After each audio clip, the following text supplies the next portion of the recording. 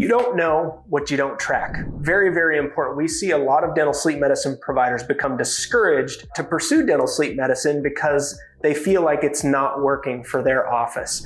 It's really important to understand whether it's not working or if it just needs work. Tracking is very important. You need to have data points where you can look at and say, here's where the weak link in the chain is, or here's where patients are falling through the cracks. Let's close up those gaps. Very important that you have those data points so you can analyze and make the necessary changes. It could be very small changes that need made in order to elevate your dental sleep medicine practice to the next level. But unless you have those data points, it's going to be hard to point out exactly what needs to change. Now, we can help you with that. We have an extensive analyzing dashboard that looks at all of this data, where patients are at in the follow-up process, where they're at in the workflow, your sleep workflow. It's important to know those things so that you can make the best decisions possible to advance your dental sleep medicine goals. If you need help tracking that data, if you want a partner who's able to help you make better decisions for your dental sleep medicine practice business, in the description of this video, there's going to be a link.